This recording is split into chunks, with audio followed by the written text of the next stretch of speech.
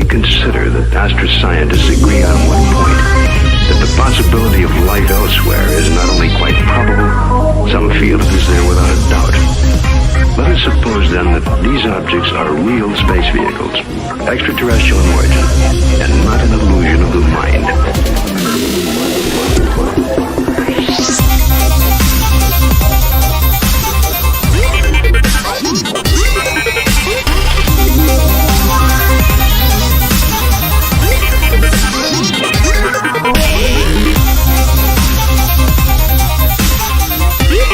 There's nothing to hide. There's nothing to hide at all.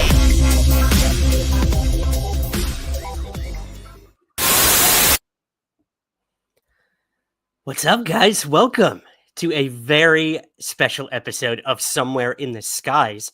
This will be a podcast in the very near future, but we decided to go live tonight with it because I have two of my favorite YouTubers out there with us tonight. I cannot wait to break down all of 2024 when it comes to UFOs with them. That's right. This is our official or unofficial, I don't know, official UFOs 2024, a year in review.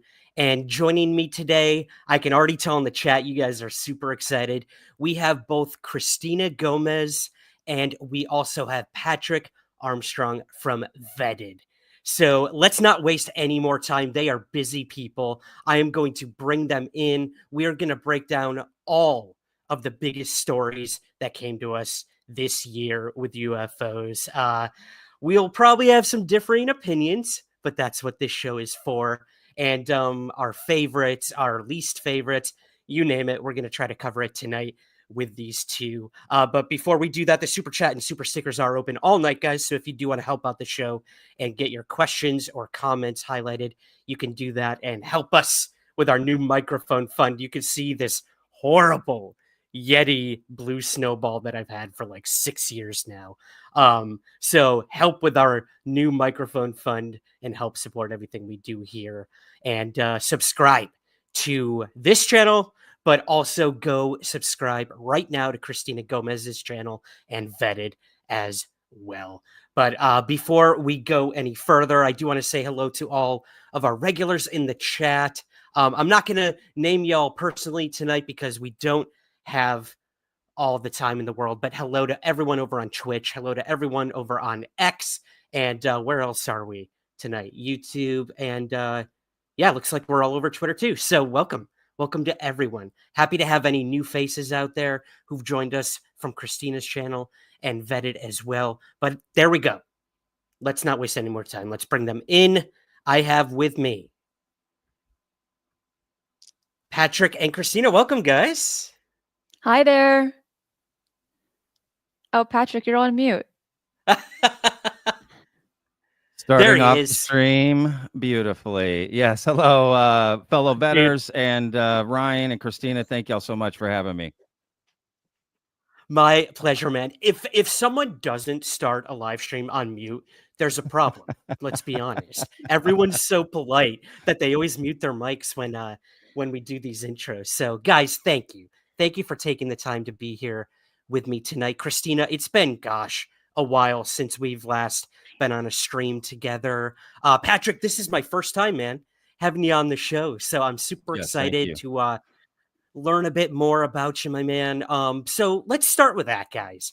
For anyone who might be new to both of your work on my channel, let's get some introductions, if you don't mind. Who you are, what you do, maybe how your interests started in this topic or why you started your channels. But yeah, Patrick, let's start with you, buddy. Sure. Again, thank you so much for having me on. I'm super excited to dive into this. And yeah, a little bit of my background. I run a show called Vetted, Vetted. You can find us on YouTube and I don't know where else. We're out there. Yeah, I've been doing this a little over a year. Just barely, to be honest with you. Very new to the topic, but very intrigued by everything. And I love this community so much. And I love talking about these things, to be honest with you. And,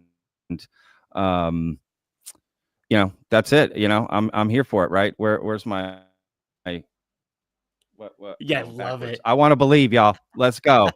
Let's Let's go. go. I just have to say real quick, Ryan, I love your color theme, right? It's like a light pistachio green. I love it. Just by the way, I'm into that stuff. So, and of Thanks. course, Christina's stuff is top notch, y'all. If y'all haven't checked out Christina's stuff, please go subscribe to that. And Ryan, too. Y'all are both some of the hardest working people in this community. I mean that, like literally. I watch from afar. I see how much work y'all put into it, and it puts me to shame because people always say, "Oh, Pat, you do a daily video." That's nothing compared to what these two do right here, y'all. So if you haven't already, please jump on their channels, support them. Hard work deserves support. It's that simple. So thanks again for having me. Our pleasure, buddy. Our pleasure having you here. And I can't wait to hear what you, as kind of a newcomer to this whole topic, this field, this space, what you learned from your first year in it for sure. I'm happy to get to that. But Christina, let's do the rundown. Tell us a little about yourself, your channel, how you got interested in the topic, and yeah, throw it at us.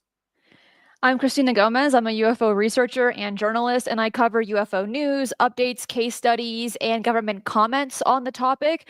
And right now, which I'm pretty excited about, is I just launched a new website. It's called ufonews.co, and it is a great ad-free resource to get international news that I launched just about 2 weeks ago. And it's an aggregate of UFO news from all across the internet, keeping myself and others up to date on what's going on without having to scroll through the internet endlessly.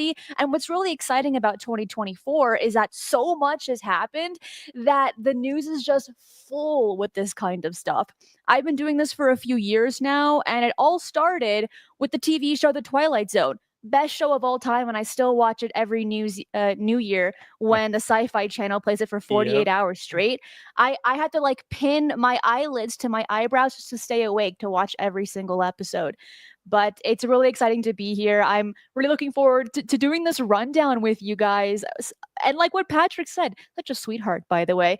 You guys are also just as amazing. Patrick, killing it. I mean, with daily videos, keeping us up to date on what's going on is insane. And Ryan, you Crazy. always bring in such factual information, also bringing in great guests as well. It's an honor to be here with you guys, sharing this space with you. So I just want to say thank you for having me. Oh, thank you, Christina. Well, I'm so happy you mentioned Twilight Zone. Speaking of guests, I should mention we're actually going to have Rod Serling's daughter on the show in the very near future, Anne Serling. So, No way. yeah, so I'm super excited. I've been a part of it's called the Rod Serling Foundation. I've been a member for about 3 years now. And one of the perks was we actually got to ask Anne Serling some questions. And of course, being a content creator, I'm like, will you come on my show? So she said yes. So it's happening, guys. She said yes, it's happening. But enough about that. Let's get to the news, guys. Like you said, Christina, so much has happened this past year. You know, a lot of the times in the UFO field, we tend to be like, nothing's really going on, and then boom, everything drops all at once. For I think us, it was the past couple months. Just things have been in complete overdrive when like kind of the middle of the year was a little slow, but it's all been very interesting. So let's start where you always start, January. We started the year off with I'm just going to read through this pretty quick, and then I'll get your guys thoughts on this stuff. AARO. So we have the Department of Defense's AARO, which has been in existence, God, for almost 2.5, 3 years now at this point. A new director as well, John Kozlowski. But the All Domain Anomaly Resolution Office released Volume 1 of its historical report this year, right at the beginning of the year, which is pretty interesting. And this was a historical record on U.S. government involvement with UAP. It was a comprehensive 63-page document which examined U.S. government investigations into UFOs from 1945 to the present. So they had everything from Project Saucer, Grudge, Sign, Project Blue Book, up to the more current stuff, the Elizondo A-tip stuff, OSAP, UAP Task Force, obviously, up to AARO. So they kind of went through the history of the government's involvement with this topic publicly. their involvement publicly. But a lot of people were really kind of disappointed with this historical thing. It felt very sort of slapped together. A lot of factual errors in this thing were pointed out by a lot of people in the UFO community and outside it as well. And yeah, I'm trying to think of anything else that really was telling about that historical report. But is this a story that you both kind of kept up with when it first came out about the historical report? Christina, we'll start with you. Absolutely. So this report was, I think some saw it as a nothing burger, but I think there was a lot of things to take away from it. To start off with, there were a few projects and offices that we weren't familiar with. For instance, Kona Blue. That was one that really caught people's attention. But something that for me was kind of alarming, and I actually have the quote here. It was in the second page of this report, and it states, it is worthwhile to note that all official foreign UAP investigation efforts to date have reached the same general conclusions as the USG investigations. And what it's stating here, from my understanding up until this day, is that AARO had spoken to other UFO offices around the world, and they have all come to a consensus that there's nothing to see here. But it's not a good enough cop out, because since all the way from Project Saucer to AARO, which Saucer was created in 1946, that's decades and decades and decades of creating very similar offices, similar projects, similar groups, but they're all receiving allegedly the same conclusion of there's nothing to see here. And Nancy Mace made that very clear in the last hearing that we received in November of, if you are making all these offices but you're getting the same conclusion, where is the funding going? Why are you throwing so much money if you already know the answer? So that was definitely a telltale sign in this report that I wish received more attention. But as the year has progressed, it in a roundabout way, people are really focusing on that now. Right. Right. Yeah, exactly. I know. Where did that money go? Like, I'd really like to know. Is it for the Arrow website? A domain can't cost that much. Let's be completely honest. But Right. Patrick, what did you make, man, of this historical report? I can't say that I dug into it as much as Christina did, and that was great to hear, to be honest with you, which is why y'all should be watching her show. I'm kind of hit or miss with Arrow and a lot of what they take in, but I will say that data is data, right? At the end of the day, I can decide then what to do with it, right? So I did appreciate them putting this out, and I support offices like Arrow. I may not agree with all of their conclusions or what comes out of it, but at the end of the day, the idea of it, I do support. It could eventually fall into line. But again, a lot of data came out that we can then, look at. I just don't see anything wrong with that. And as far as like how much money and where it goes, I mean, that's just a governmental problem, period, right? Not just focused on this office, but how government spends money, period. And they never spend money correctly on anything, right? There are stories of the government spending $10 million to build one bathroom. That's not a joke. So imagine Arrow getting money of 10 to 20. Like, where is it go? I mean, I'm astounded that the report even came out, if I'm being honest. Like, they put out one tweet for the first year. They were right. Remember them being like, oh, we're gonna communicate with you guys and keep you up to date, and then nothing. Complete silence. Like, so honestly, I'm a little, on one hand, I'm just surprised anything even comes out of it, because it's run by our government in that sense. And the second, just to look at it optimistically, yeah, it's data that comes out that's, I think, helpful, and we can then find maybe where some errors are, or, whatever from it. So yeah, it was interesting. I think it should be discussed, and it is a part of the community as a whole. Yeah, totally. Something else. It's part of it. Yeah, please, Christina. Something else to mention, I'll make this really brief, is that Dr. John Kozlowski has really been hiding in the shadows. So even though we barely knew about him in the beginning of the year, we just really had a profile picture and he was going to be the new director of AARO. He never showed up online after that until he gave his hearing to Kirsten Gillibrand just a few weeks ago.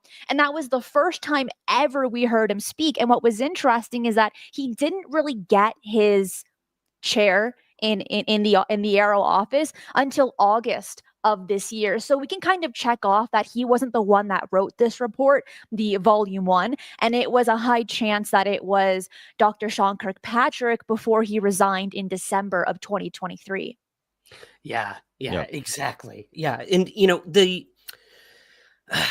I struggle with the whole AARO thing, and we'll get to that because it kind of wraps up the year too. Actually, with AARO, it's kind of we're bookending this entire year with AARO. But I want to move to something that Patrick actually brought to my attention because I had completely forgotten about this. That's going to happen a lot tonight. There were these little gems and things that I totally didn't think about that happened this year, and that's why I have you guys here because I was racking my brain since I decided to do this. I'm like, was this really the worst year in ufology?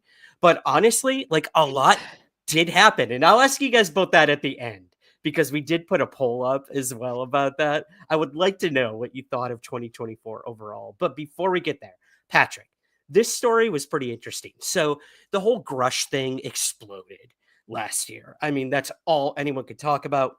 Mainstream media covered it endlessly. There was drama going on. There were follow-ups on a lot of the things that he claimed, reverse engineering crash retrieval programs, 40 witnesses that he spoke to who worked on these things. Sci-fi come to life.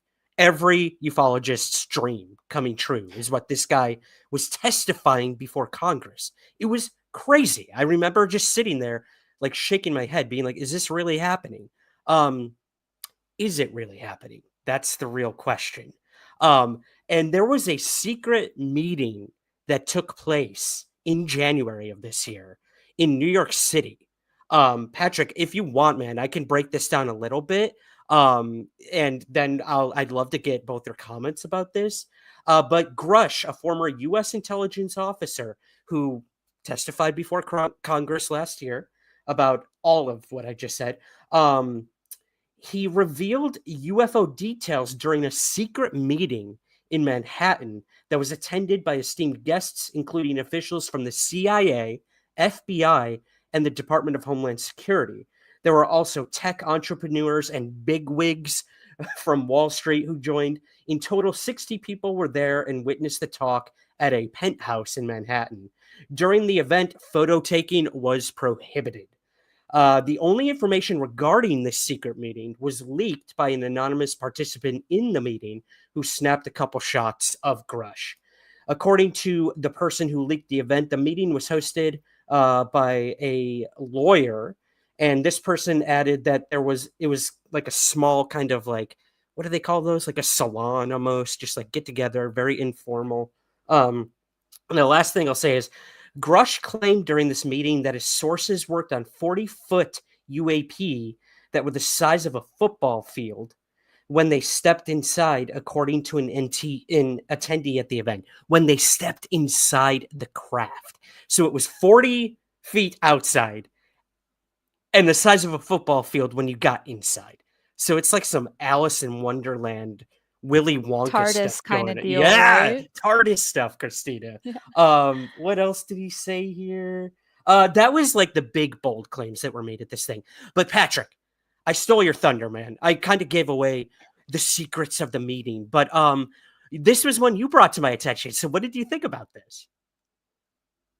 Yeah, I found this fascinating. I guess the first question I asked when I made a video about this was, if I remember correctly, why does this have to be behind closed doors? Why couldn't this presentation be made to the public to learn about some of this stuff?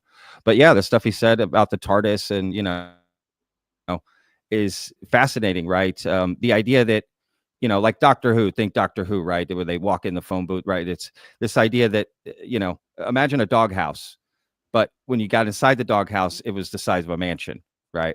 That idea is fascinating to me, which I saw in an episode of Scooby-Doo one time. So shout out to Scooby-Doo. But that's very that's a very fascinating idea of what he talked about, at this presentation. Yeah, I just found it fascinating. Who's holding these? Apparently, it was also these guys that held this, meeting to have David Grusch come, and they do this kind of thing a lot, where they have people like David Grusch come and speak to these people, right, sitting down in this sort of penthouse style thing. But yeah, this thing that he revealed, and to be fair, I think we also learned at this meeting meeting, which you didn't bring up, Ryan, which is that David Grusch had brought up his firsthand knowledge before and experience. But I believe in this presentation, it got brought up again, anonymous source only, right, from that, but that his firsthand knowledge was that he was read into a UFO program built around satellites where they could monitor UAP coming in and out of the atmosphere at a certain frequency. They knew where crashes were and more. And that was around the time that his op-ed was going to come out, right? And detail some more of that information. So I think some of the stuff in this presentation was going to come out in his op-ed. And let me just state for the record, like, I'm a huge fan of David Grusch. I think people who watch my show realize that. I've loved this dude since he first came out in the hearing. And I've, feel a little bad for him because I think he's been let down in a lot of ways since he came out and kind of pushed to the back. And, this happened in January, right? And as you'll see as we go, David Grusch's presence in the community and news about him flutters away, right? Until the hearing, when then you go, well, wait a second, what about David Grusch? Where are we at with his stuff? So regardless, this was an interesting meeting, and I look forward to hearing what Cristina has to say about it. Yeah. This is definitely something that's in Patrick's wheelhouse more than mine. But to mention something about David Grusch, and a big reason to why he hasn't really been showing himself over the last several months is, according to my knowledge, he has been harassed not only by the public and the internet, because the internet never forgives, but on top of that, there were allegations that government officials entered his home, left notes, and mentioned that, you're not safe, your family's not safe, and we can do whatever we want, whenever we want. That could shut up anybody, not only when you yourself are in danger, but those that you love are as well. This is a very tricky topic. And when you have this knowledge and you come forward and you share your government knowledge with the public, it doesn't go well for the majority of people. And I think David Grusch is an example of that. He was very optimistic in his hearing in July of 2023. And then as we see him from time to time, and these moments have been very rare, the light behind his eyes has gone. He's like, do I regret coming forward? Or was it the right thing to do? Did I lay a foundation for these whistleblowers? Or am I displaying to the ones that want to come forward to not do so because it's too dangerous? So there's a lot of controversy here with him, with what he did, and how it's all moving forward. But hopefully it doesn't discourage people to come out in the future, as we have heard from a few there's going to be anywhere from 20 to 30 whistleblowers that are kind of lined up, ready to come along. But after what happened to Grusch, I don't know if they're still willing to do so. He really did, as Avi Loeb would often say, in the scientific community, but for Grusch in the intelligence community, he really did step on some landmines. Before the other people start coming forward, he's taking the hits. And he really did when that Intercept article came out and all these threats. So, yeah, it really was kind of a warning to anyone who was thinking about coming forward. Yo, we're gonna find some stuff out on you, and we are gonna make it public. This is how the government works. This is how politics works, too. So it doesn't surprise me in some ways, but it is disheartening. He kind of made these huge claims and then ghosted everyone. And those could be for very good reasons. We do know he's part of a lawsuit right now against the Loudoun County Sheriff's Office, which are the ones who released his records and all that. So that could be a huge reason why he's silent right now, I would assume. But another reason is apparently the IG investigation that really put all of this into motion. That the reason he came forward was because there was an investigation going on about what did they call it? Unallocated funds or something like that. I'm probably butchering that, of these programs, these crash retrieval programs and whatnot. And that investigation is over. So I'm hoping, I don't know about you guys, but I'm hoping that in 2025, we're going to find out the results of that IG investigation. Apparently, that news should be coming to us in early 2025, if not by the end of this month, possibly. So, yeah, that's a little tease for you guys. I can't pretend that I'm the one that teased that. That was the debrief. So shout out to the debrief. But we'll see. We'll see. Let's move to February. Mummies. You guys want to talk a little bit about Real mummies? quick Yeah. before we jump to Yeah, please, February, one thing I forgot to put real quick. I mean, we don't have to focus on it, but Yeah, yeah. Jeremy Corbell's jellyfish video came out in January. Of That's right. course. I That was totally huge. forgot. January 22nd. That was Wow. huge, I right? totally That was forgot a about that. huge story and event and everything. So yeah, I forgot myself, honestly. But I wanted to make sure before we jump to the next month. No, Just bring thank it. you, I mean, Patrick. That is one of the freakiest UAP videos I have ever seen. Christina, I know you did some videos on that as well, the jellyfish video. Where are we at on that? Does anyone know? Like, has it been explained? Has it been debunked? I know there were AI sort of hoaxed images going around. That you had that whole Sarah Gam controversy with it as well. It's dizzying, guys. I'm gonna be honest. Like, I can't keep up with this stuff. That's why I watch Patrick's daily show to try to keep up with everything. But Christina, where are we at with the whole jellyfish thing? Do you know?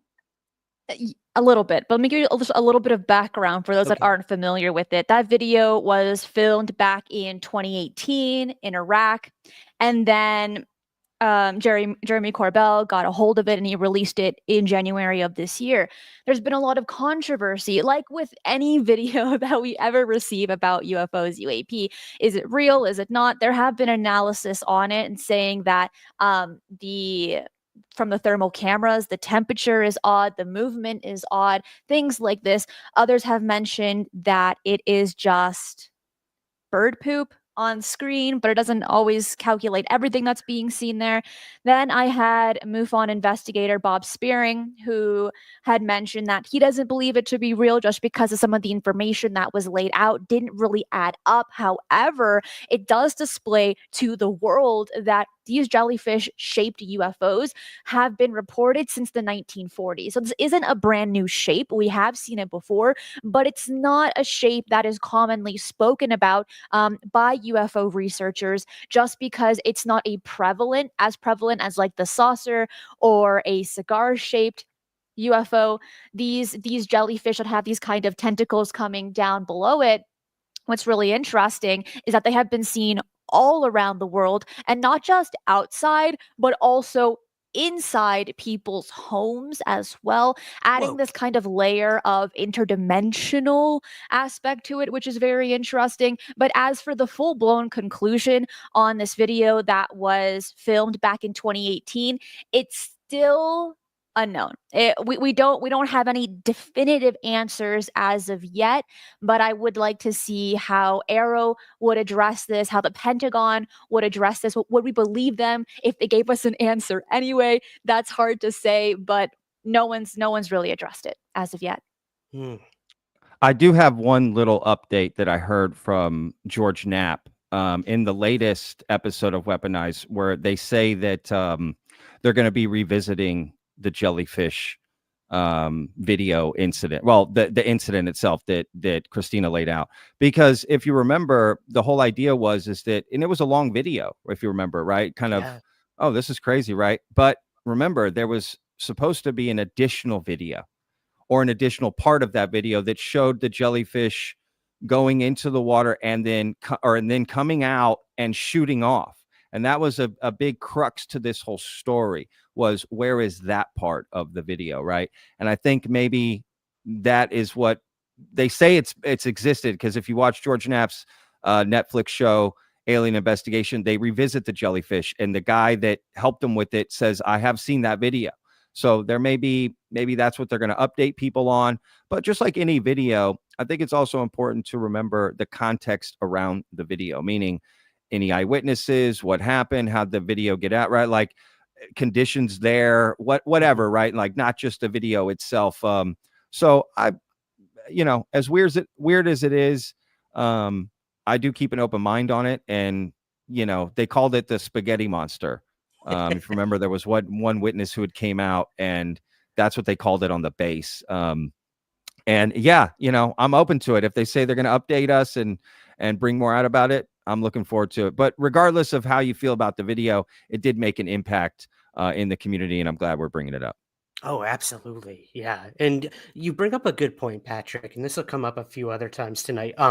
Where is the rest of these videos? Why do we always just get these tiny little, whatever, 30 seconds, and then they're like, oh yeah, totally. Like that thing went into the water after that, or that thing shot up into space. Cool. Can I see that? Like, it's just welcome to ufology, Patrick. Welcome to ufology, my friend. February. It doesn't get much better, guys. Alien mummies. Alien mummies. Again, Cristina, I know you've covered this a lot on your show with Jimmy and with some of your guests, but there's a lot of controversy behind what happened. So last year, Jaime Maussan wheeled out these mummies in front of Congress in, I believe it was Mexico, right? Mexico City, Right. where this took place. Yes. And these were allegedly from Peru and were found near the ancient Nazca lines and dated over 700 years old. Now, if you're familiar with Jaime Maussan, the mummy thing has been around for a while. This is not the first time he's ever brought these forward, but this is the first time they've ever been wheeled out in front of Congress on a congressional floor. Again, science fiction, guys. We are living in a simulation. Good video today, by the way, Patrick. Good video today. But this happened in February. Experts with Peru's prosecuting office analyzed the mummies, and forensic archaeologist Flavio Estrada presented the results of the findings at a conference for the Peruvian Ministry of Culture. And he said the following: they are not extraterrestrial. They are not interterrestrial. They are not a new species. They are not hybrids. They are none of those things that this group of pseudoscientists who for 6 years have been presenting them with these artifacts. So basically what he's saying is these are not real. These are fake. These are dolls, I believe is the term that they used. And then you got the whole thing where like they were finally confiscated, brought back to Peru. Jaime Maussan flew to the US, met with a congressperson, Tim Burchett, and said, I want these things tested in the US. So again, like huge complex story. We can't get into all of it now, but let's kind of go with like your overall gut feeling with the Peru mummies, guys. Cristina, let's start with you. This is a story that I have been following very closely since it came out from that last hearing last year. And something worth noting is that the scientists that are doing the research on multiple different bodies, they have about 12 in their possession currently, they agree with that person that stated that they aren't real. The ones that were received by the Ministry of Culture of Peru were dolls. They were created by some kind of artist, and his name escapes me. It's like Enrique something. Mm-hmm. And the scientists, which I've spoken to personally, I have some interesting interviews coming up rather shortly with a few of them. They have mentioned that the ones that are in their possession, they are consistently analyzing. Some of that information is public. They will be releasing a website, hopefully at the end of December or in January of next year, to really give people a concrete location on all of their findings and all of their data analysis. Here's the difficult part about this. Currently, Peru is in a way keeping these bodies hostage. They do not want them to travel to other parts of the world. And based off of what these scientists have mentioned, these forensic analysis people and a few others with very interesting backgrounds, like those that work on teeth, on the cranium and things like this, they have mentioned that currently, like the Inca University in Peru, they just don't have the proper equipment needed to do proper analysis. And so they want to take them to Canada. They want to take them to the United States in order to get the correct equipment needed.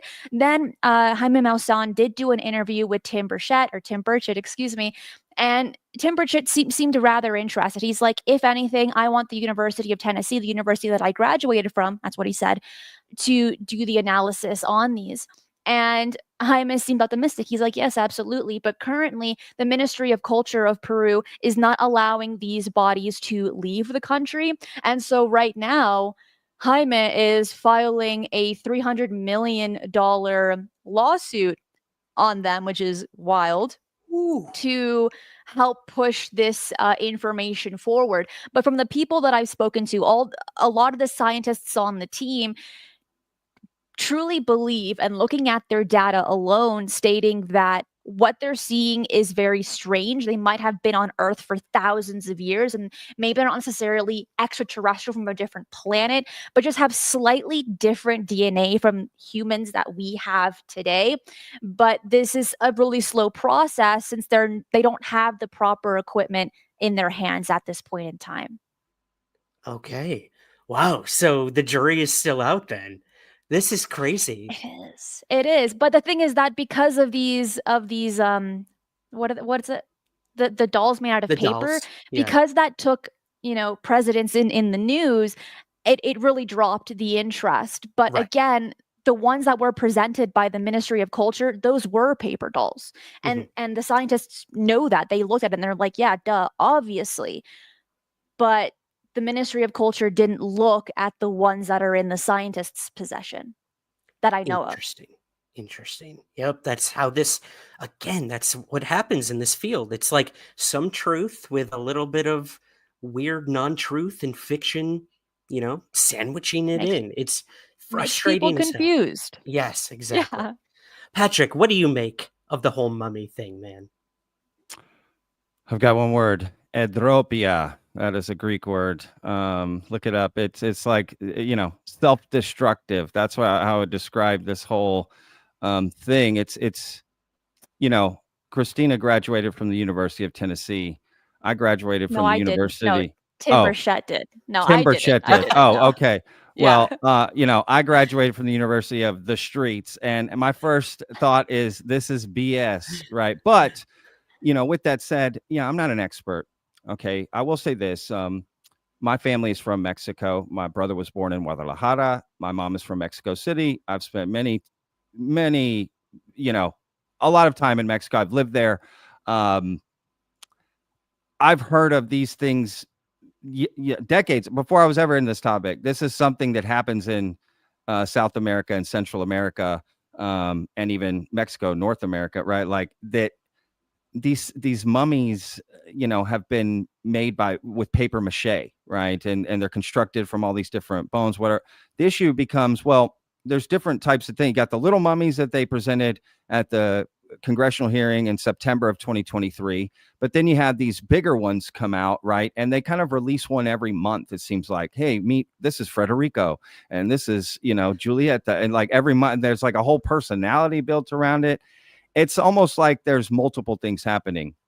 You've got dolls that have been made, and you get into the whole backstory of why or what. You have some of these things that have been sold to people, whether or not they're real or they're the doll or whatever. But then you have a history of these being made, right? And then on top of that, maybe there are some real things that are here, right? That are whatever they are, right? It mixes, like you said, Ryan. Like you get a little nugget of something cool and interesting and compelling, but it's surrounded by just complete nonsense. And it makes it really hard, but I'm still open-minded to it. I love that Christina's dove deep into it. I have not very much, to be honest with you. I barely covered on my channel, but not because of anything, whatever. I don't know. Just, but I'm open to it. I don't know. Yeah, it's interesting for sure. It's glad a we're lot. talking about it. Totally, man. It's a disinformation stew.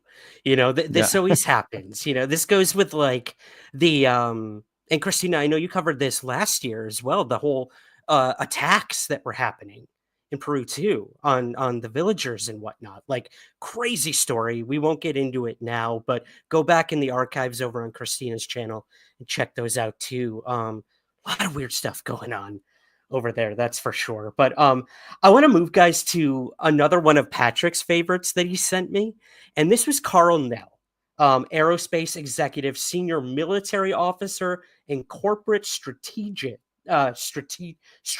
Wow, Ryan, I can say words. He said at the SALT conference, which is something I'm not too familiar with, but again, something that happened in New York, I believe. And during an interview, he stated that there are unelected people in the government that are aware of non-human intelligence interacting with humanity, and that he has zero doubt about it. Man, that was quite a bold statement to make. I remember, watching like the stream of that event and being like, "Whoa!" Like, okay, all right, let's go, Karl Nell. So, Patrick, this was one of your faves that you brought up to me. What did you think about this mysterious conference and what Karl Nell brought forward? Yeah. First of all, I want to say shout out to everyone watching. Thank you guys so much for sticking with us and hanging out. Make sure to hit the like button on this stream. That really helps out these videos. You're the best. Hey, you know what I mean?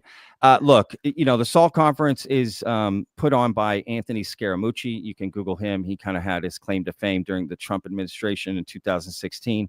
But basically, yeah, it's like this financial, think of it just like basically like a financial conference, right?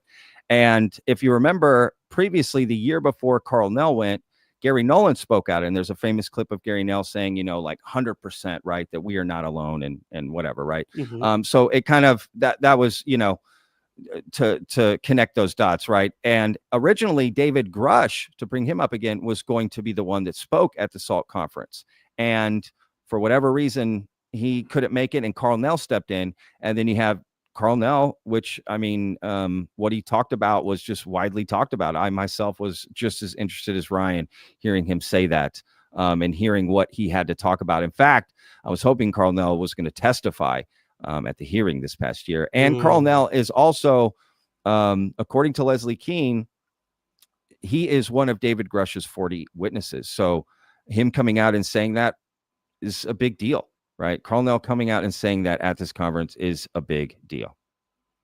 I heard that as well, that he was going to be one of the ones testifying. And when we get to that hearing, I want to know your guys' thoughts on that, because Knapp and Corbell, little pissed off at how that last hearing went, and with very good reason.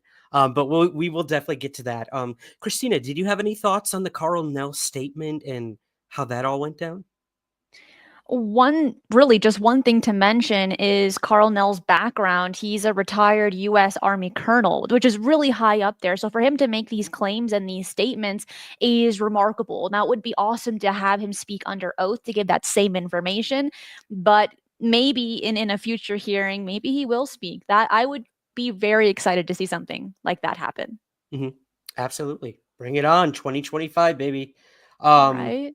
All right, guys. Let's. I know we'll speed through some of these because I don't want to lose you guys. Japan.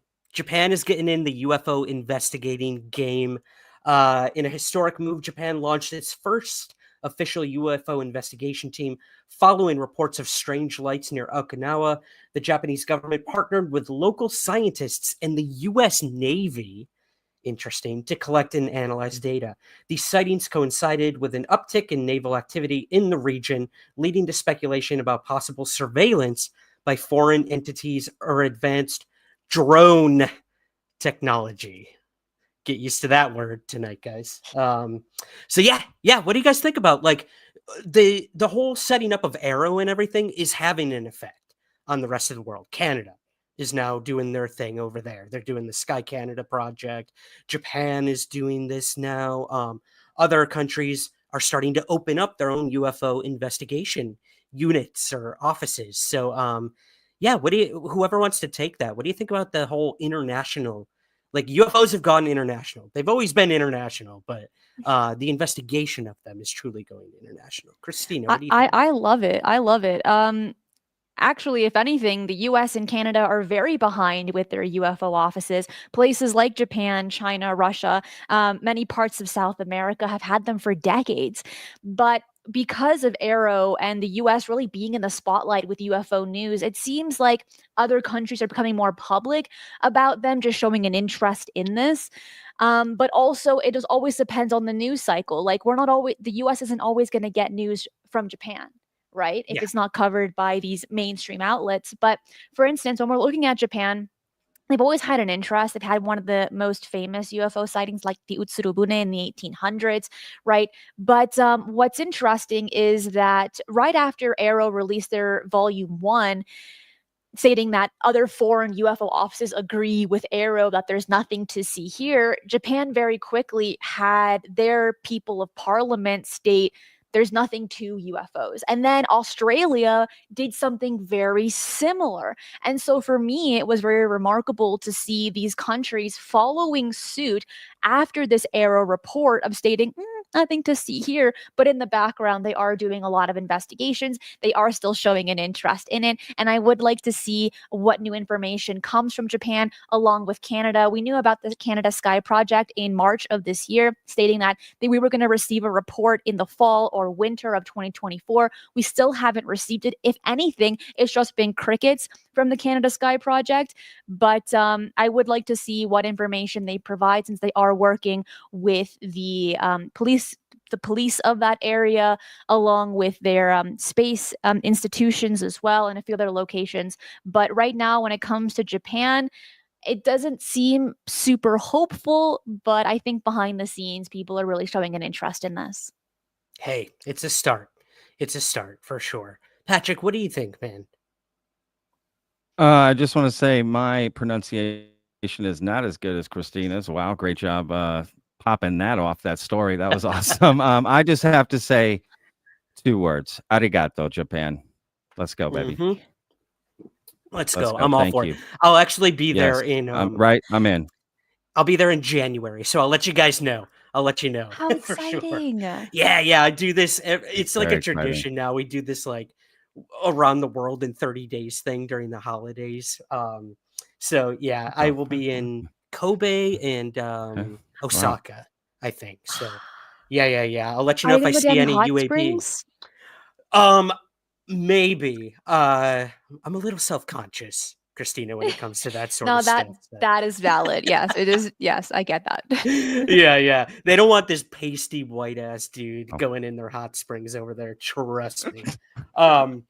Let's move to a fun one. While I got you guys here. We are getting a new Steven Spielberg UFO movie. So Universal Pictures and Amblin Entertainment announced a new movie directed by Steven Spielberg, set to be released in May of 2026. This was announced this year, though. That's why I'm bringing it up. While the title and plot are still unknown, there's like a working title. I think it's called The Dish, is what people have uncovered. It will reportedly be an original UFO story, and it is described as an event film. And it will star Emily Blunt, Josh O'Connor, and Oscar winner Colin Firth. So, oh man, I am so excited about this. We don't know what it's going to be about yet. Everyone's speculating different things, but yeah, what did you guys think about when you first learned that Spielberg was going back to UFOs again? Patrick, take this away. Well, I do want to say that I just read that Wyatt Russell, Kurt Russell's son, is also going to be in the movie they just announced. Oh, He's a awesome. great actor. So that's really cool because if you connect the Russell family to UFOs, right? Kurt Russell famously was one of the pilots who reported the Phoenix Lights. So that's kind of interesting, bringing him Yeah. into the play. Yeah, I mean, Spielberg making a movie, period, is a big deal to me. I grew up on Spielberg movies. I'm, born in 79. So Spielberg is huge to me. And anytime he tackles this phenomena, I mean, Close Encounters is one of the classics, right? Just period as a movie, but in UFO lore, like Close Encounters. So yeah, Spielberg, The Dish, right? I think, like you said, it's a working title, but it's an event film, right? About what is it gonna like? I'm ready, man. I'm ready. I'm in. Yeah. Christina, what do you think? What's this movie gonna be about? We know you know. You got the insider knowledge. Come on. No, I am just as in the dark as everybody else. I'm not cool with these insiders of like, oh, did you hear? Oh, I can tell you, but I also can't tell you. Oh, I hate that. No, but on a serious note, when it comes to Spielberg, there's always been these rumors that he has definitely been given a tip off on UFO information. When Ronald Reagan gave one of his very famous speeches about UFOs, he had just watched ET prior to that speech that he gave.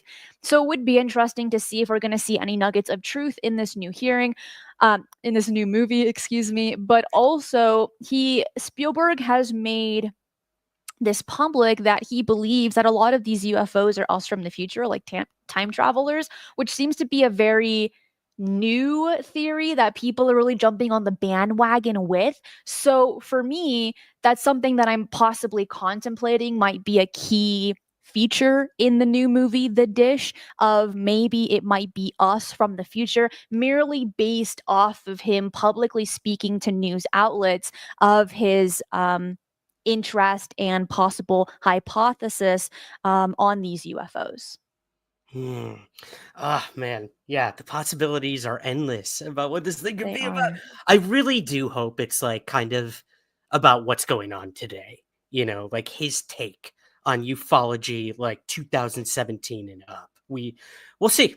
We'll see. I'm really excited. And you're right. Like it does seem like a lot of people even believe that, yeah, he was kind of like the disseminator of small disclosures throughout the years in his movies, which is interesting. And we know for a fact that there were like actual government men in black and FBI people on the set of the X-Files. So like you can't tell me that Hollywood and the government don't have some weird marriage when it comes to UFO disclosure and stuff like that. But yeah, it's interesting. It's interesting. I will speed through a couple of these here, guys, because we want to get to all of the months here. Anything else good happen? June was pretty busy. There were some updates on some findings of Roswell crash debris that geologist Frank Kimbler has brought forward. I was one of the people who had his materials tested at an aerospace lab in California. Gosh, probably like 3 or 4 years ago.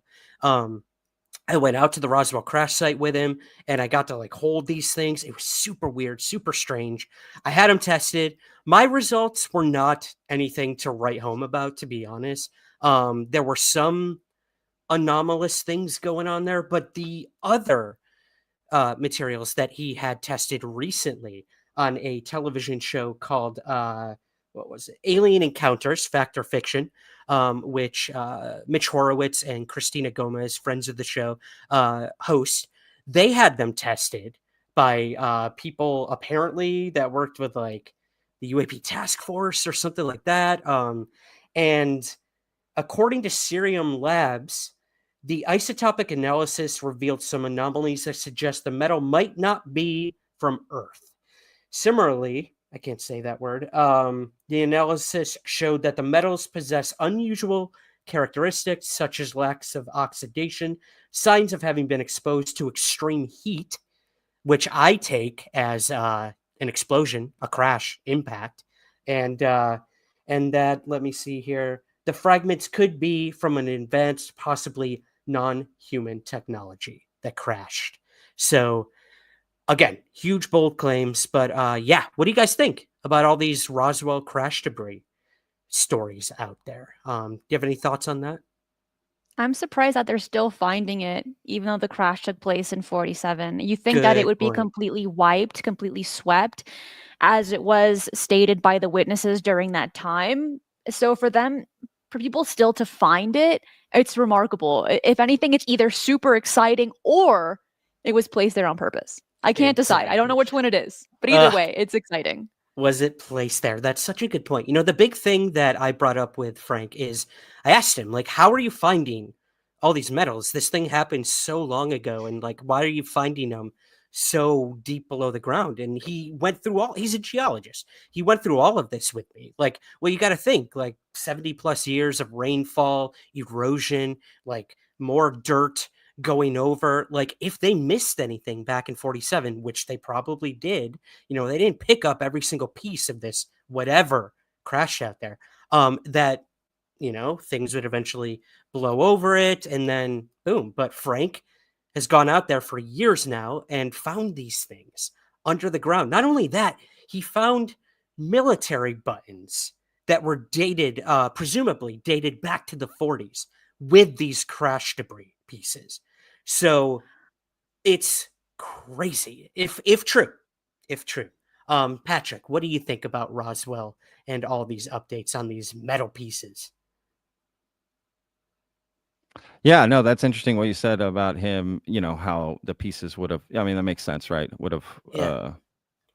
not been right, like they're not clearly noticeable in this day and age, because they would have gone underground, if you will. But a lot of new information has come out this year about Roswell. If you remember, Lou Elizondo in his book Imminent brought up, like, I forget what like there was two craft at Roswell. Yeah. One crash that we got, but the other one got away, right? So that's kind of interesting. Yeah, right. They found bodies. I mean, Roswell's like just such a crucial, like, probably the most famous UFO incident period in the world, whatever you think about it. And the cover up behind it, there's so much lore. So yeah, look, I'm interested. Studies, tests, lab results. I mean, I'm in. I don't know. I'm happy to take a look at anything. And it's like the further we get away from an event, the harder it becomes to find out the truth about it, right? So every day that passes about Roswell just makes it even harder, right? With some of these pieces and just a story behind it. So I think at this point, like, what's out there is out. You're either going to believe it or not based on what's out. I don't know if any really big piece could ever come out about Roswell that would convince anybody otherwise about it. But to me, it's one of the most fascinating cases ever, just because of everything around it. Absolutely. It's like a linchpin of UFO lore at this point. It's crazy. Sure. Cristina, I know you got to get going shortly. I'd love to cover one last story with you if you have just a couple minutes. Is that cool? Yeah, I know. Actually, I mentioned I can stay a little bit longer, like another 30 minutes or so. Hopefully, we can finish sweet. that in the time. I know. Oh, yes. But so this ain't let's coast to continue. coast. I'm not going to keep you guys here 4 hours, I promise. Or at right. 4 a.m., right? Or at 4 a.m. Exactly.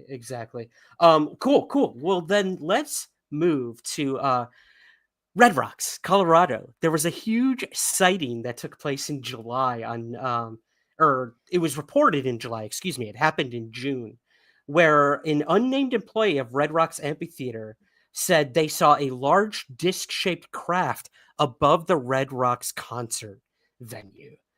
The employee said the aircraft hovered silently and then disappeared into thin air. It was reported to the National UFO Reporting Center, and the witness said this about it, which is crazy.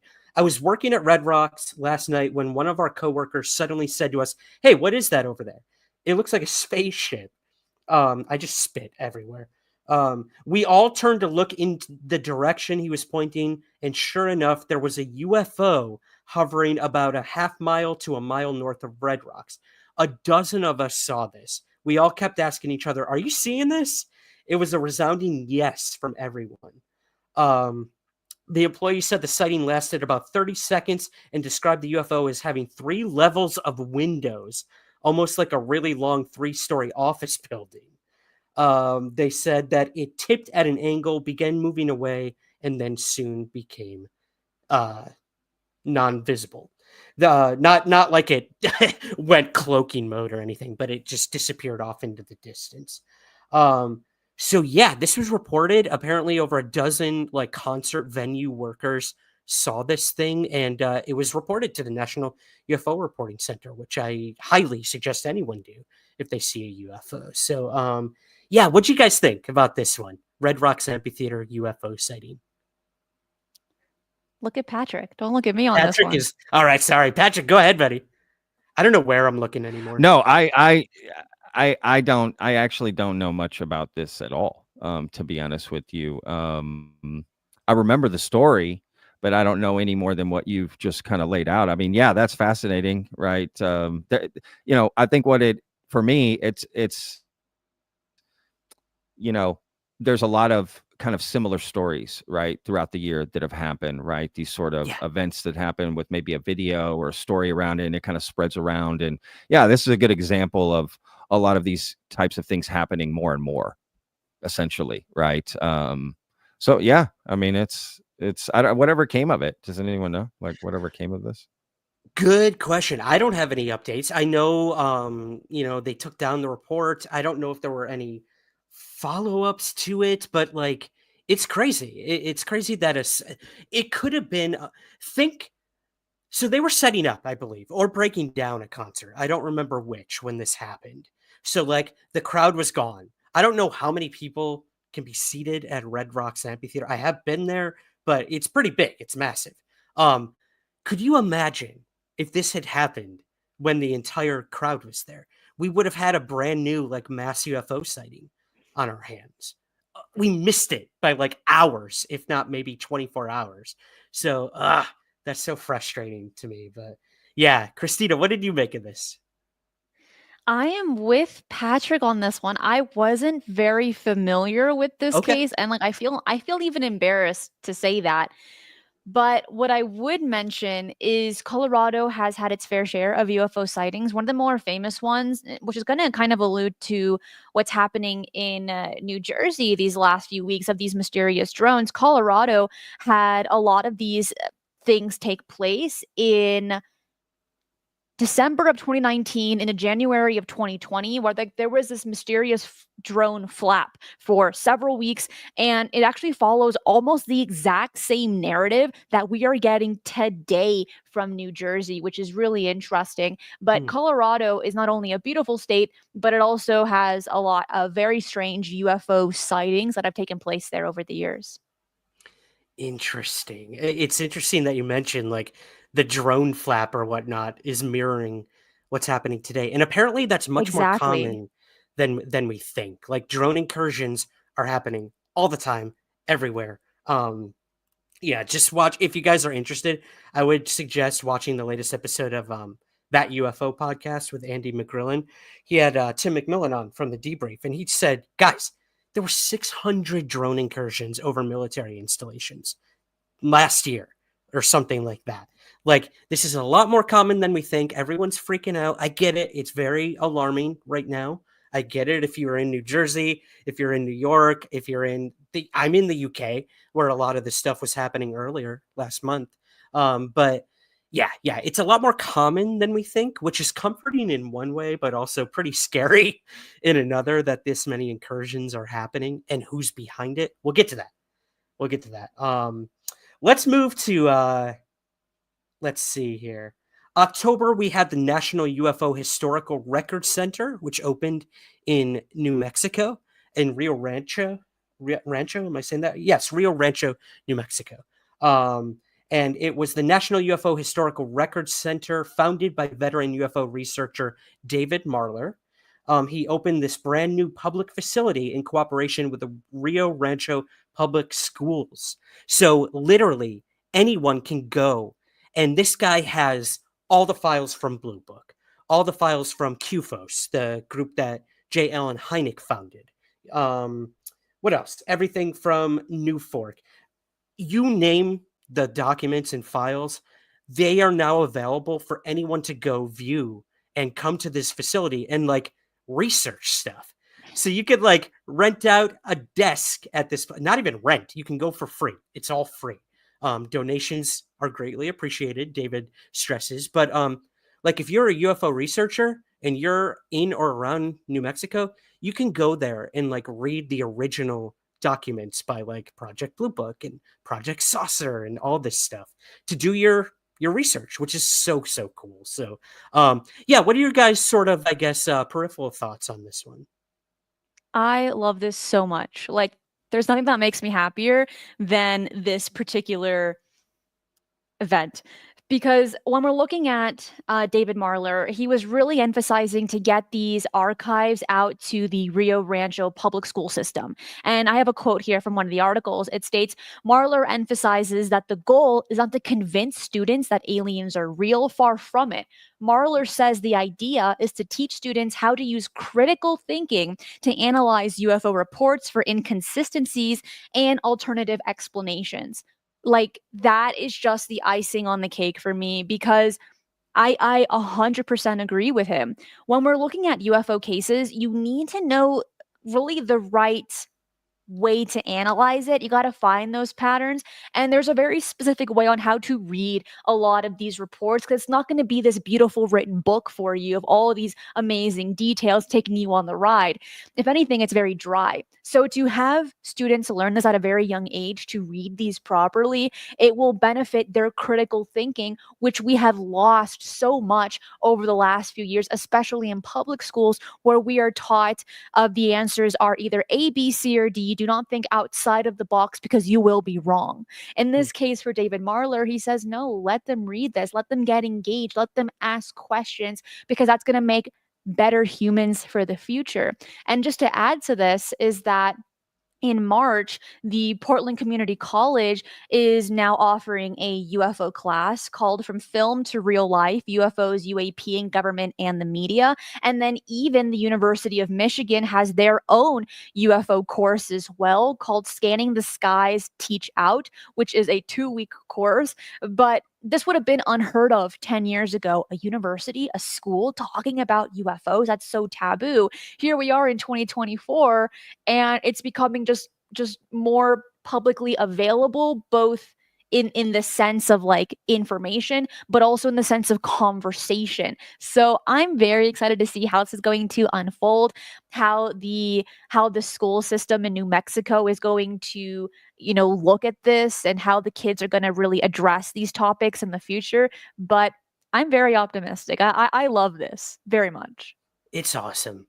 And to keep in mind too that everything's going to be digitized as well, which is very important.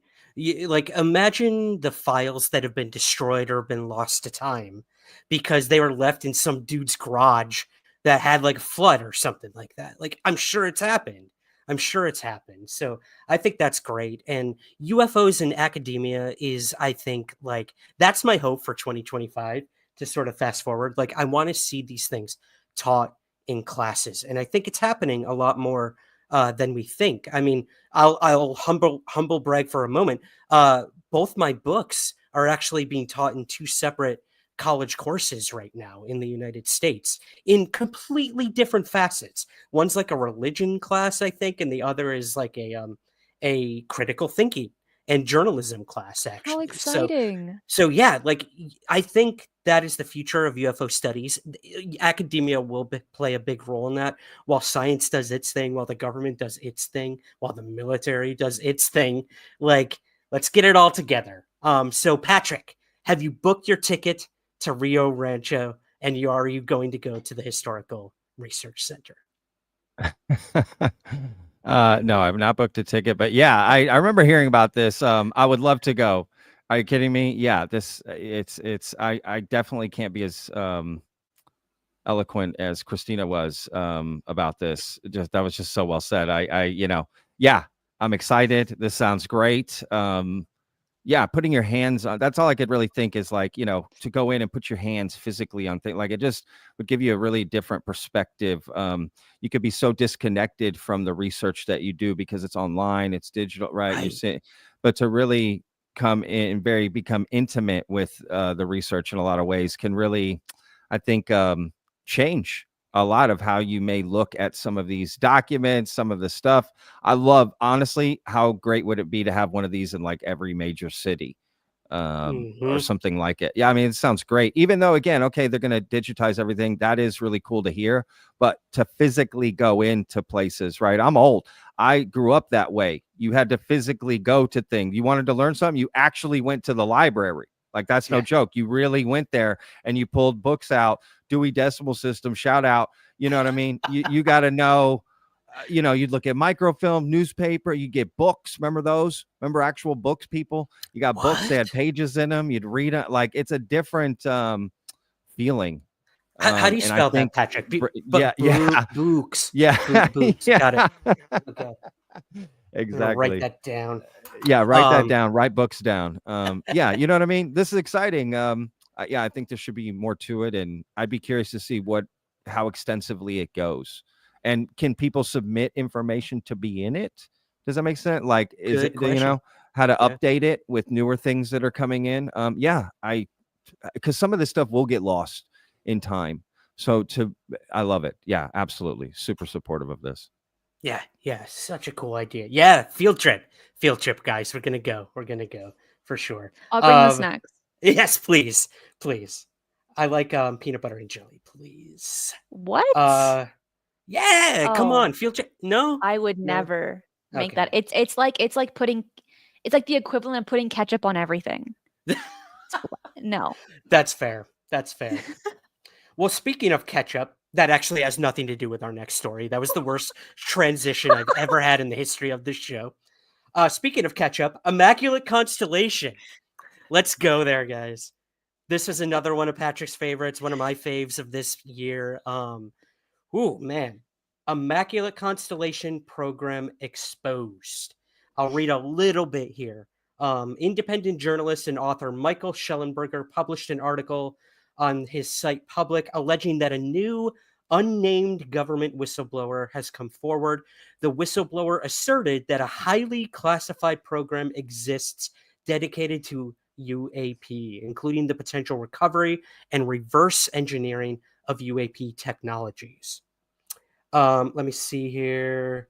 However, in Schellenberger's article, the purported whistleblower went a step further, revealing the name of the highly secret Pentagon program, which is an unacknowledged special access program, they call it, a USAP, and it's codenamed Immaculate Constellation.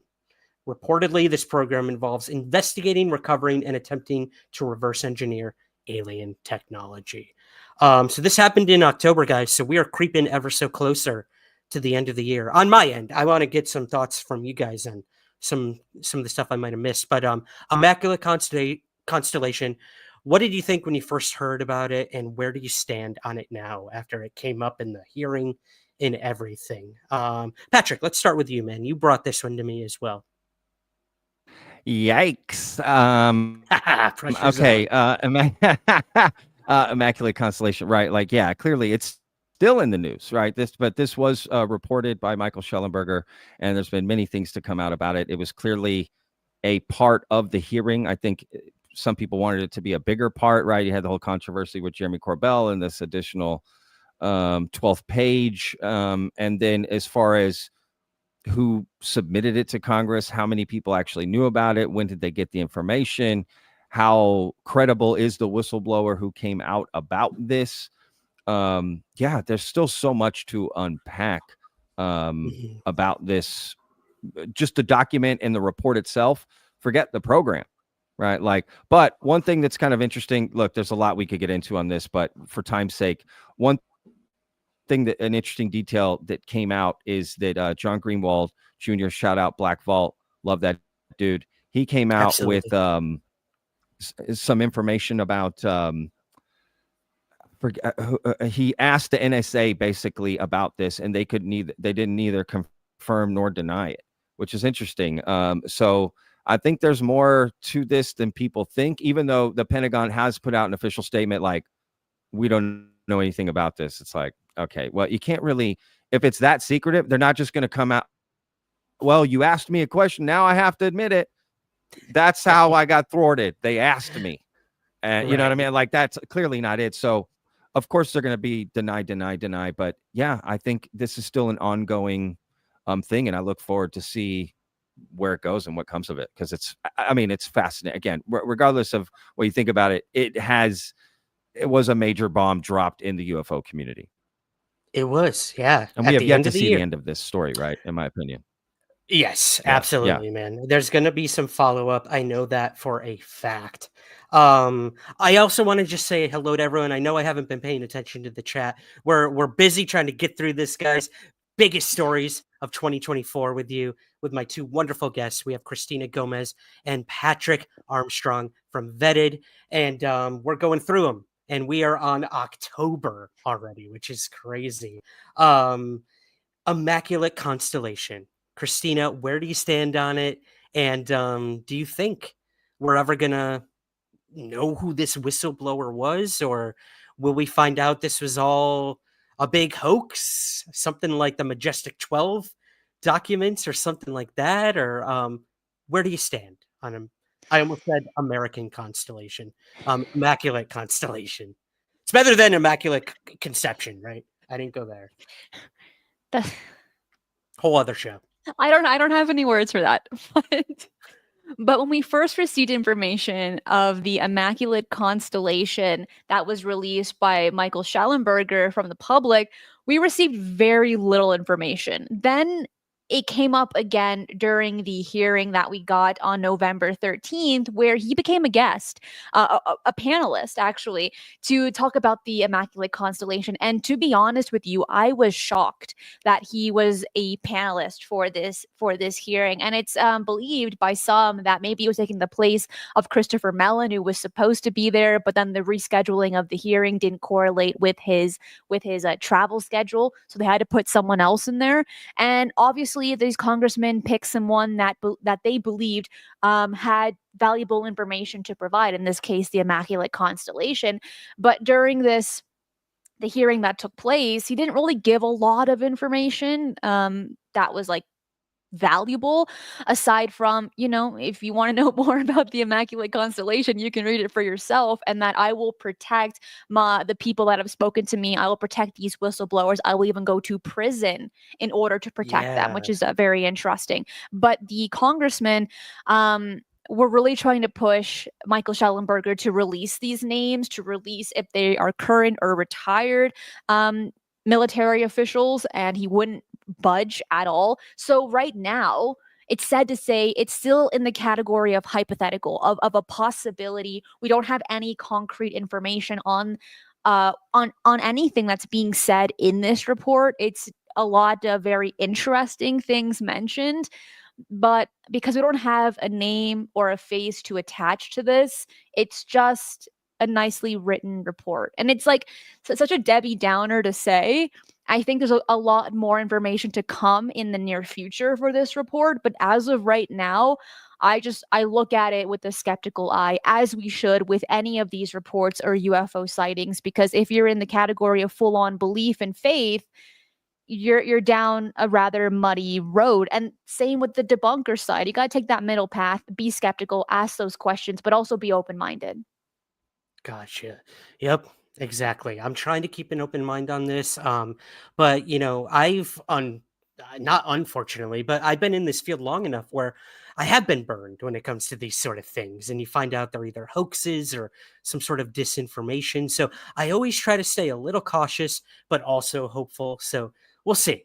We'll see what happens with all of that. But you mentioned the hearing, Cristina. I want to get to this with you guys. That was a great transition, by the way, Thank Ryan. you. Thank you. And now I'm going to mess it up. Speaking of ketchup again, November was the month of hearings. I mean, we had a House hearing, we had a Senate hearing, almost back to back. It was insane. We had AARO dropped their annual report. So much happened. So we had at the House hearing Lou Elizondo, Michael Schellenberger, Tim Gallaudet, and Michael Gold, who testified at this thing. So I don't think I've spoken to either of you guys about what you thought of this hearing. A lot of people left being like, nah, wasn't for me. Definitely not mine. Not my cup of tea. Not as good as the other one, the Grusch one. But what do you think? What did you think overall of the House hearing? Patrick, let's start with you, buddy. Ooh, okay. Yeah.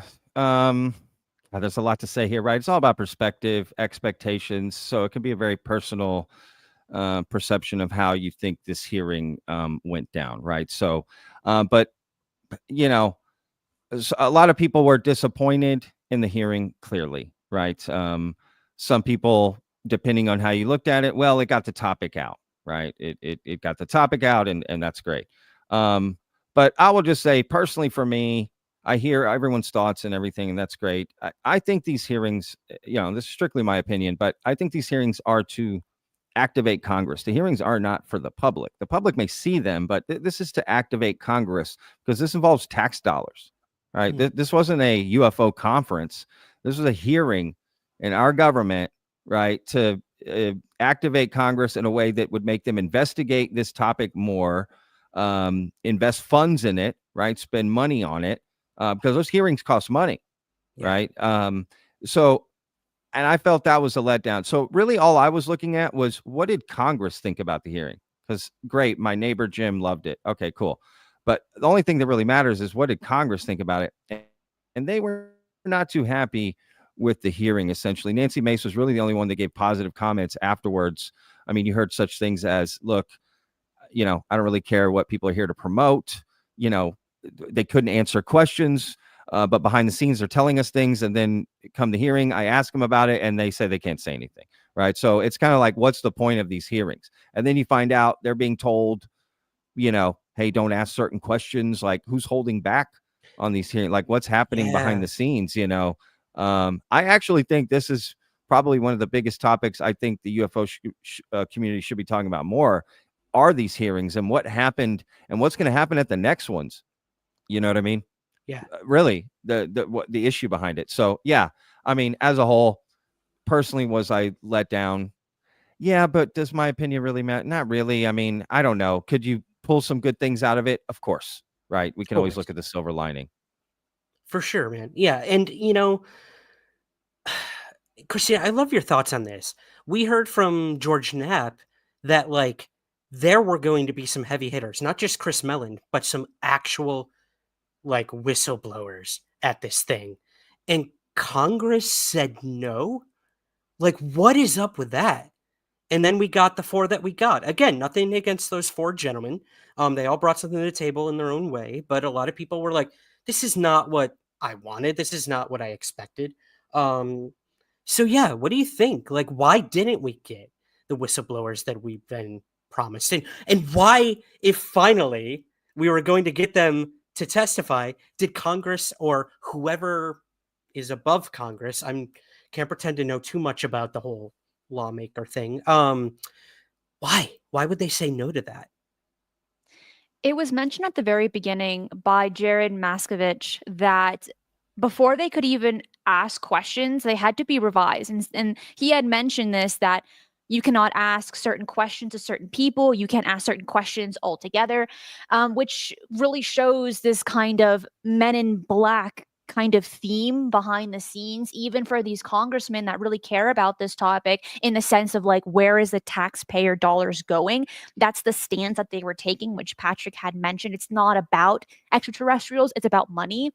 And even so, Jared had stated that we still had to go through the sanitation process, which is very unnerving, if anything. That was one of the biggest takeaways from this hearing. The second biggest takeaway was what retired Rear Admiral Tim Gallaudet had mentioned about AARO. And when he had spoken to AARO to get an understanding of what happened to him and his sightings and his emails, AARO, according to Rear Admiral Tim Gallaudet, it was a Project Blue Book 2.0. They were trying to reassure him that what he saw, or whatever his men saw, had a conventional explanation, and they didn't want to lean into the category of something unknown or unexplained. And so while there is this slight hope that AARO might be transparent, they've never fallen through since their creation in 2022. And it seems like Gallaudet just added another nail to that coffin of how the way that I understood it, of it being a modern day Project Blue Book. Those were the 2 biggest takeaways for me about this hearing. That's really interesting. Well, that actually bleeds right into our final 2 stories of 2024 that I'm going to speed through with you guys here is the Senate hearing, which took place between Kirsten Gillibrand and the Armed Services Committee and John Kozlowski, the new head of AARO. So What'd you guys think? We did a live stream of it. We did like a hour debrief after. We left pretty happy with it, to be completely honest. I know a lot of people were not, but I was just happy that the dude brought up some like actual anomalous cases, which the other person, who we shall not name, that ran AARO before that, would never in a million years have done that. So that was cool to hear some of the cases that are still unsolved, that are highly anomalous, that this new AARO director, with all his knowledge as a physicist and a scientist, cannot explain either. That's a stunning admission by someone who's running a new UAP office in the like Pentagon. So yeah, Patrick, what did you make of the Senate hearing and where we lay with all of that?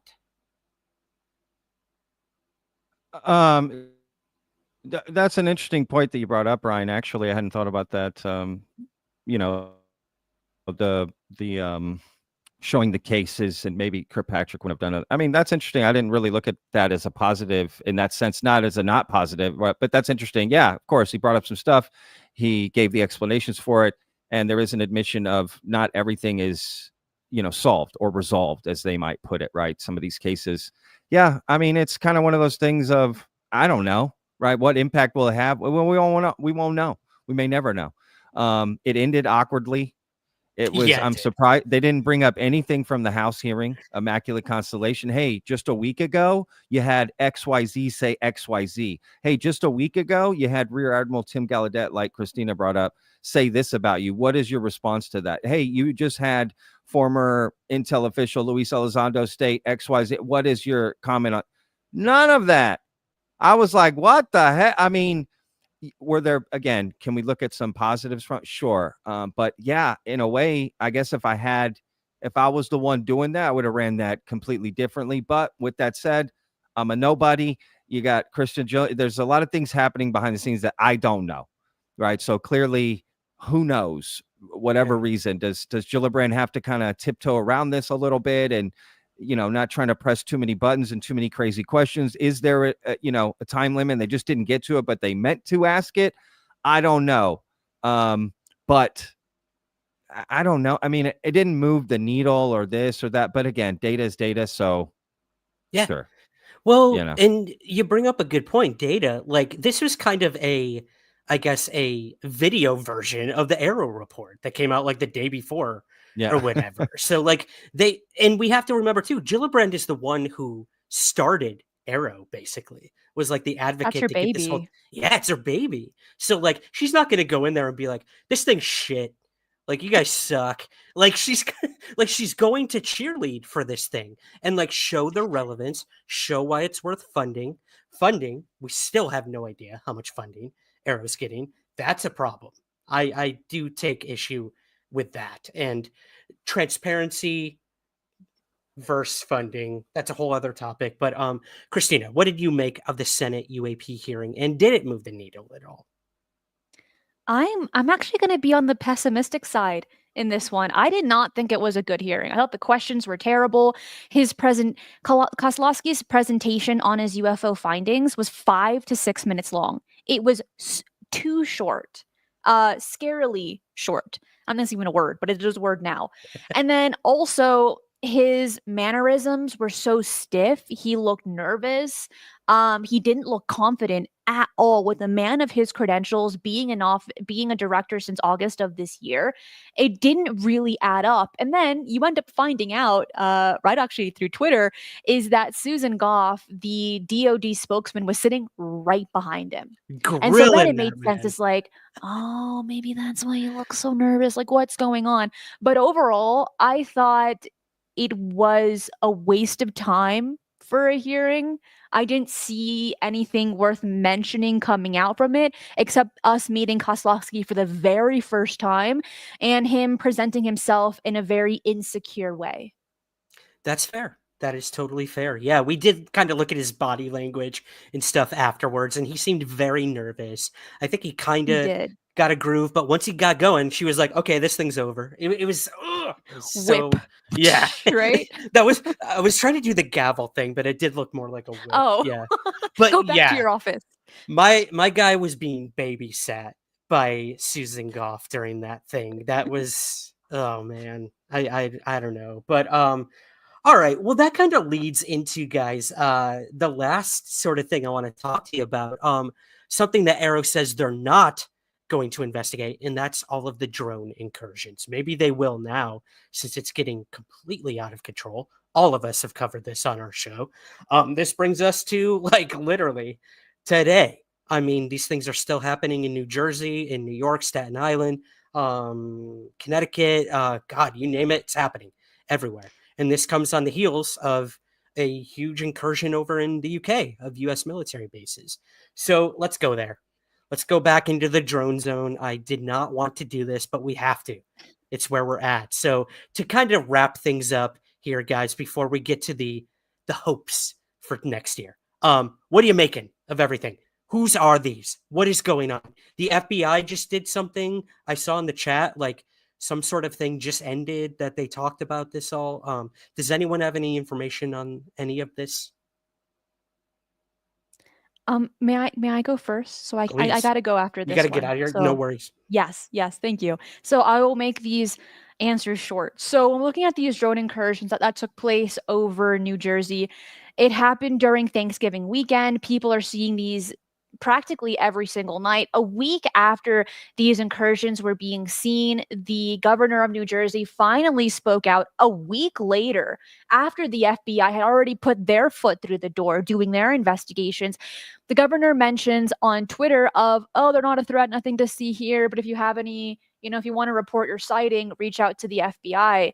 And I just found his response very odd, like he didn't care. Either he knows the answers or he's just not allowed to show an interest in this. I can't decide.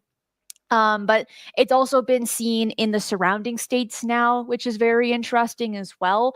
But this narrative is following the exact same as the one in Colorado in January of 2020 of these are just drones, nothing to see here, these are explainable, this, that, and the other. But if these are explainable, how come we haven't received an answer yet? And why is the FBI getting involved, right? Well, there are these ideas that the FBI is getting involved due to if they are violating any FAA regulations in the sense of like, are these drones going higher than 200 feet from the ground? Because if they go any lower, they can spy through people's windows, which is an absolute threat. But currently, allegedly these drones are not posing a threat according to the governor. However, here's the takeaway from this is that early last week there was this medic helicopter that couldn't land to save a person's life because of these drones that wouldn't Ugh. move. Wow. And we don't have any updates on if that person is okay, but the helicopter was not able to get to its destination, to its landing pad, because of these quote mysterious drones. Now, I do want to mention that in March there has been public information about Project Meteor, which is a high-powered microwave weapon system being developed by the U.S. Navy, scheduled for testing on naval vessels in 2026, and they're going to be shooting laser beams to disable drones. Which is going to be interesting to see why they aren't doing that now, especially with all these very strange incursions. But this won't take place publicly until 2026. But I'd like to see how they're going to implement that technology with these mysterious drones in the future. Interesting. Awesome. Well, Cristina, I know you got a jet. Patrick, can I keep you for just a few more minutes, buddy? Awesome. Thank you, buddy. I appreciate that. Yes. Sorry. Yes. Okay. I saw you nodded. I took that as a yes, but I wasn't sure. But Cristina, please, before we let you go, what are you looking forward to most in 2025 when it comes to UFOs, and where can we find everything you're up to? What I'm looking forward to the most in 2025 is to seeing how this story continues to unfold, how the government will address this. And I would really like to see this in the news every single day of people reporting their UFO sightings, people doing serious investigations. That's what I want to see. And we've definitely seen that in 2024. So I've only set the bar higher for 2025. And then people can find me on YouTube under Cristina Gomez. There is no H in Cristina, or on my website at ufonews.co. not .com, it's .co. And this way you can stay up to date on not only the articles that I write for everything that I research, but it's also a aggregate for all UFO news across all internet platforms. So to stay up to date on what's going on around the world. It was just launched, and it's very exciting to hear the feedback from you guys on what you guys think of the website. But Ryan, Patrick, it was such a pleasure to do this end of the year wrap up for 2024. Thank you so much for having me, and I gotta go from here. So thank you again. Thank you so much, Cristina. I appreciate your insights. Thanks, Cristina. Have a great night. Of course. Bye, guys. Have a good day. Bye. And then there were two. All right, buddy. What were your thoughts, or what are your thoughts, since it's still happening, with this crazy drone stuff? I know you covered it on the show this week, and where do you stand on all of this? What is this? Aliens, military, civilians? What's going on? I mean, look, I definitely don't have the answers. I think it's, alarming. Just whatever it is. The only thing I do know is that it's alarming. It's happening a lot. It's getting definitely more coverage. Want to get to the bottom of what the heck is going on. I mean, we do live in an age of drones. We also have to understand that, right? Like, things are progressing in a way. It makes sense that our air, our airspace is going to become this, just like cars on the road, and they had to start building roads and highways and paving things out and concrete, right? Like creating a grid system for these cars, right? Like sort of the same thing. The skies are becoming more filled with prosaic things. But if you add in UAP and other things, it's going to get crazy. I don't know what's going on. Definitely something is going on, right? It's just like this topic. I don't know what's going on, but something is going on. And I hate to hear stories about people being affected in real world, helicopter can't land, someone's losing their life. Those are things I'm not, that's scary to me if it starts to affect real life and disrupt. It's all about disruption, right? How disruptive is it in society? So that worries me. I hope it gets the attention it needs, to sum it up. Yeah. I'll be interested to hear how these hearings are going. They're happening right now as we're live, so that will be interesting. We'll see where these drones end up next. But you're right, we don't know, and apparently nobody knows, which is both alarming, but also like I'm sure, just like you, like I'm so tired of seeing it like across social media and all that. But hey, like if it's gonna get people talking about UAP, like I guess it's always that double-edged sword. It really is when it comes to all this. But I did not have like an invasion of drones across the world on my end of the year bingo card. So I don't know, man. It's crazy. Well, listen, I want to talk about some upcoming things in 2025 that are going to be taking place. But there was one more story. We can maybe just go through it really quickly that you brought up. The Manhattan alien abduction.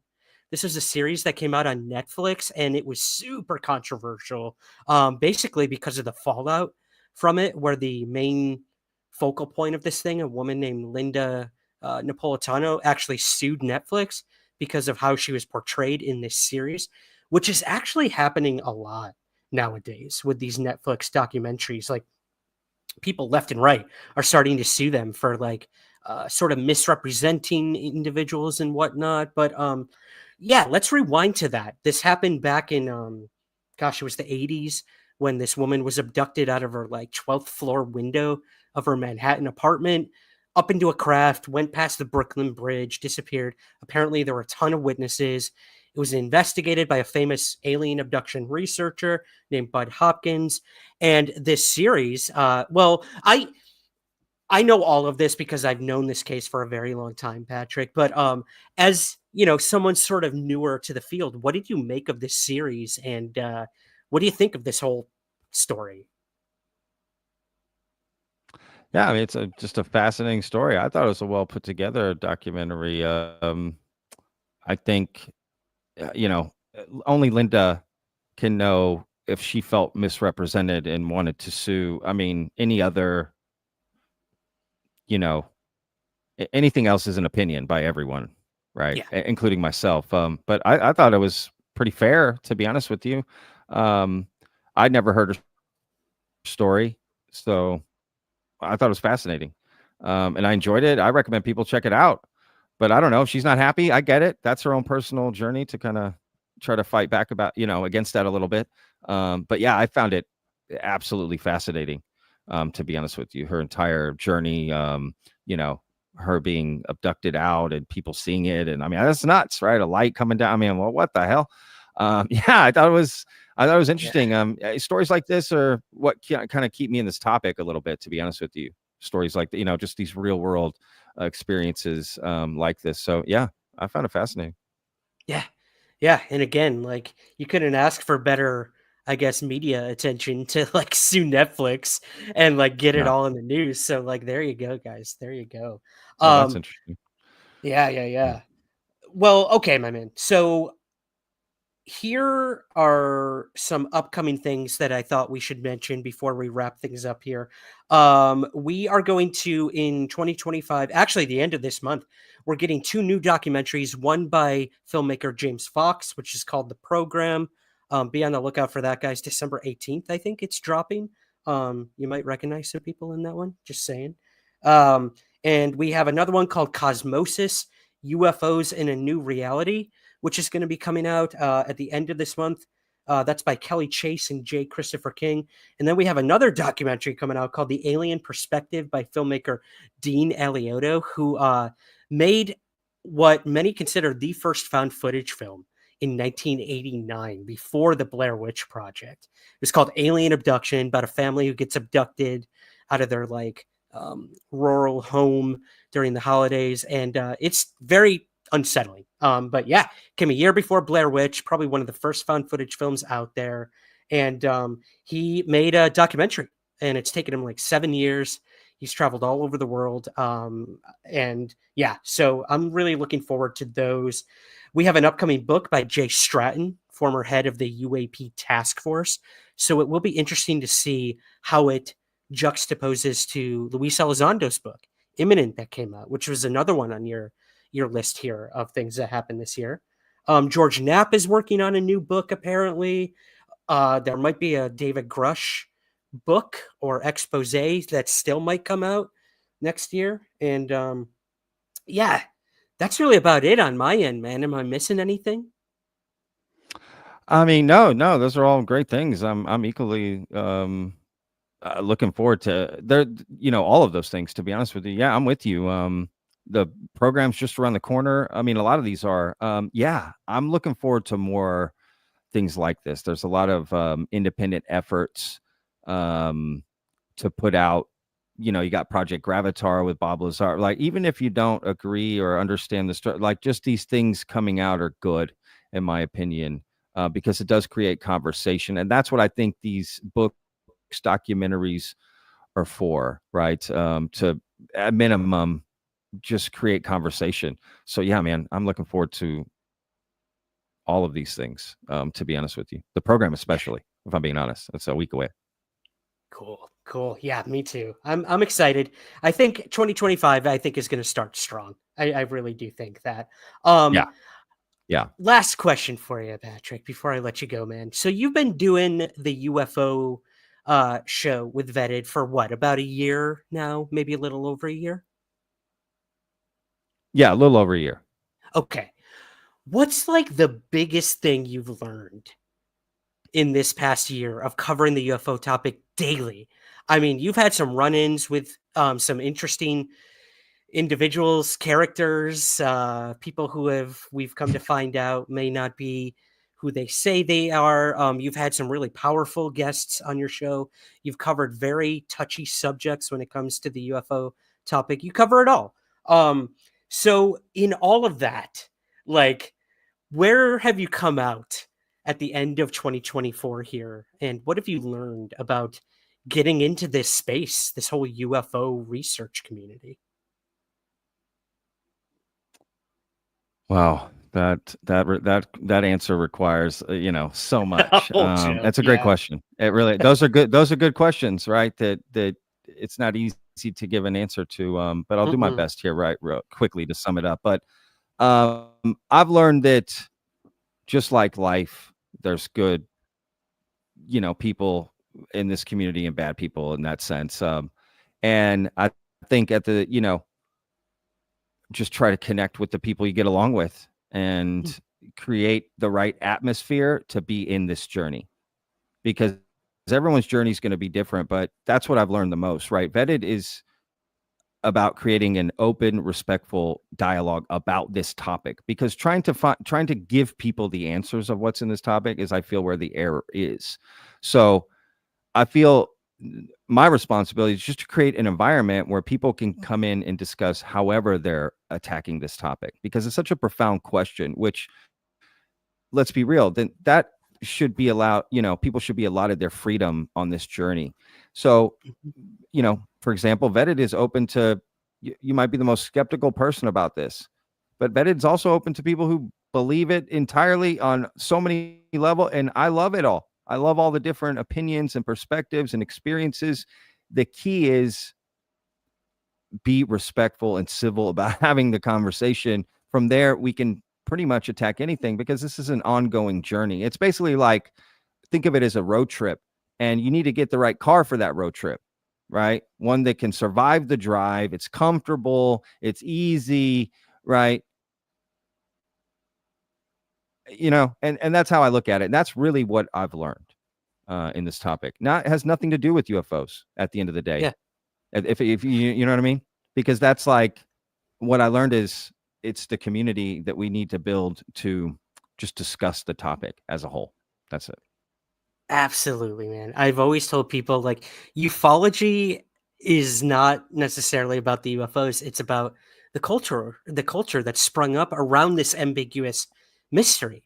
And for someone like me, like, Yeah. I gave up looking for the answers a long time ago. I chose to just live in the mystery and, like, enjoy it. Sure. And know that there's things out there that are Yeah. bigger than us that we may never know the truth to. I don't personally feel like we're ever going to get disclosure. I had a guy ask me today, like, when do you think the government's going to disclose this? And I just said, dude, it's never going to happen.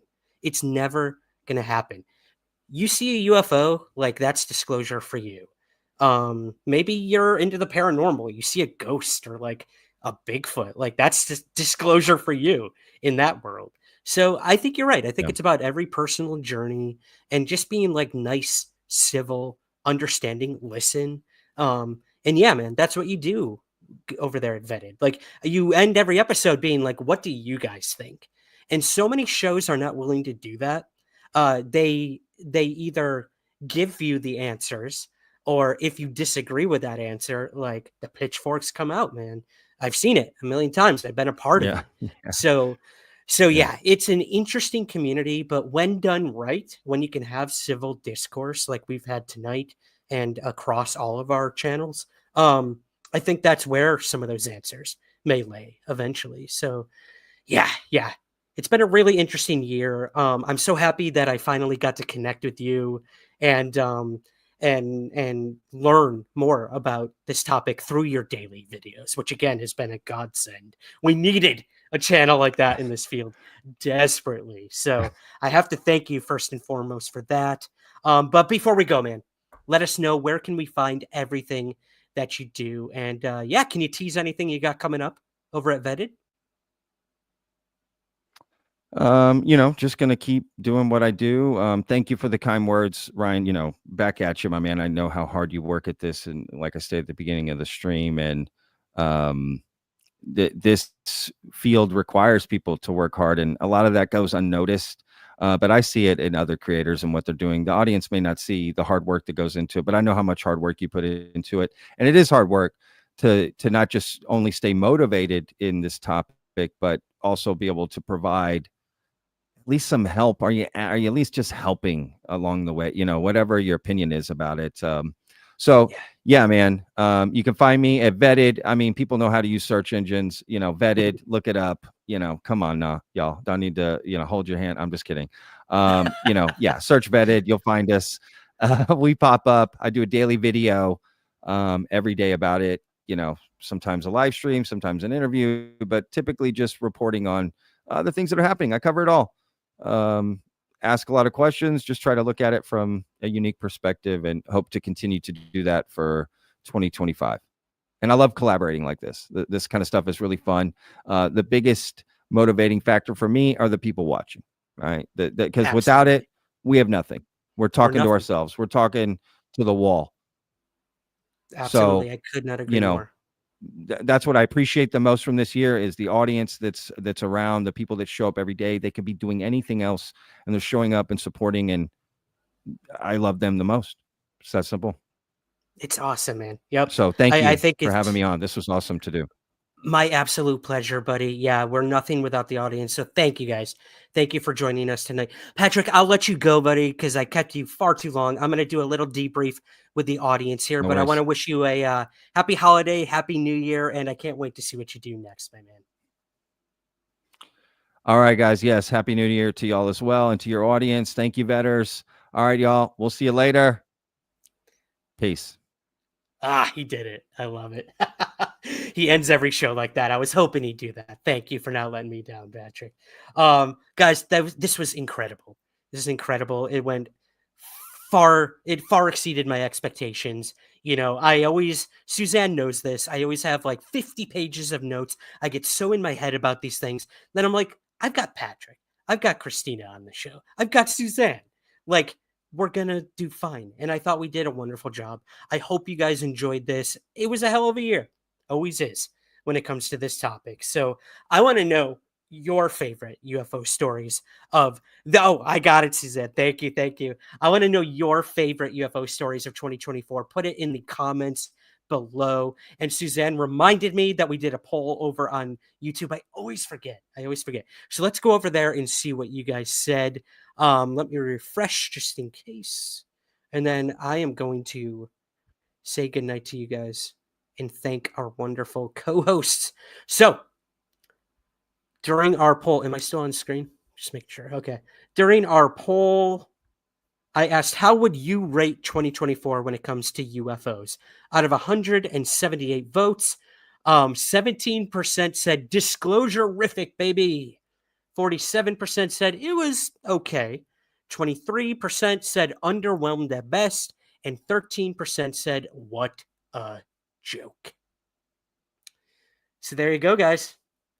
Looks like most of you thought it was just okay, which I would have to agree. It was a mid-tier year when it comes to UFOs, but we ended with a bang. We got 2 UFO hearings. We got the biggest drone invasion in history, and yeah, some good stuff happened this year. Some bad stuff happened this year. Welcome to UFOlogy, the good, the bad, the cosmic.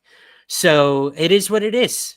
We move on, we move up, we look for answers in 2025. I do want to give a special shout out to Hides in Long Grass for the microphone fund, a super chat. Thanks, buddy. Really do appreciate that. And AJ Raffles, 10-pound super chat. You can tell the metal has been outside the magnetosphere.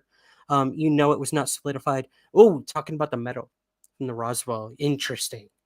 Thank you for that, AJ Raffles. I'm going to have to go back and look at your comment and dig deeper into that. Just making sure I'm not forgetting anything. I think that's it. This is where I'm awkwardly silent while I check the chat. Awesome. Speaking of which, sorry I didn't have my Christmas lights on. They cause a really weird wavy effect when I had them on last, Sunday. So that was super annoying. So that's not going to happen again. But I do have Christmas stuff up. So I want to wish you guys a very happy holiday season. I'm going to be traveling back to the US in just like 5 or 6 days from now. Yikes. So I don't know exactly what the live stream schedule is going to be. I will keep you all updated on that. But I hope you enjoyed this one. Kind of a way to bring us all together at the end of the year with our awesome co-hosts, Cristina and Patrick and Suzanne, and just reflect on everything that's happened. So I hope you enjoyed this. This will be out on the podcast towards the end of this month as well. So in the future, if you're listening to this, please rate and review the podcast on Apple and Spotify. If you're watching this on YouTube, click that like button, hit subscribe, share, do all that good stuff. I want to thank all the vetters for joining us tonight. I want to thank Cristina's viewers as well. thank you for hopping over, giving us a chance here over at Somewhere in the Skies. I hope you enjoyed what you saw, and I would gladly have both of them back on anytime to talk UFOs. So thank you. Thank you. We're building this community one channel at a time, and I absolutely love it. So again, my special thanks to Patrick, to Cristina, to all our viewers and everyone who watched tonight. I see you, Twitch. I see you, Twitter watchers as well. Thank you. Thank you. And yeah, I think that's going to do it. We just dropped a brand new episode of the podcast, a new witness accounts. So if you haven't listened to that, give it a listen. You will hear Suzanne's voice in that episode as she recounts her UFO sighting, and some other really dramatic sightings on this volume 34. Crazy. So give that a listen. What else? I think that's going to do it, guys. Yeah, go, drink, eat, be merry, have a happy holiday. I'm sure I'll talk to you all before then, but if I don't, yes, have a very happy new year, however you choose to celebrate, and just know that we're going to be here doing this, trying to find answers to this phenomenon when it allows us. So that's going to do it, guys. Thank you so much for joining us tonight on Somewhere in the Skies, since this will be a podcast. And I will leave you with our mantra as always: keep your feet on the ground, but never stop searching somewhere in the skies. Happy holidays.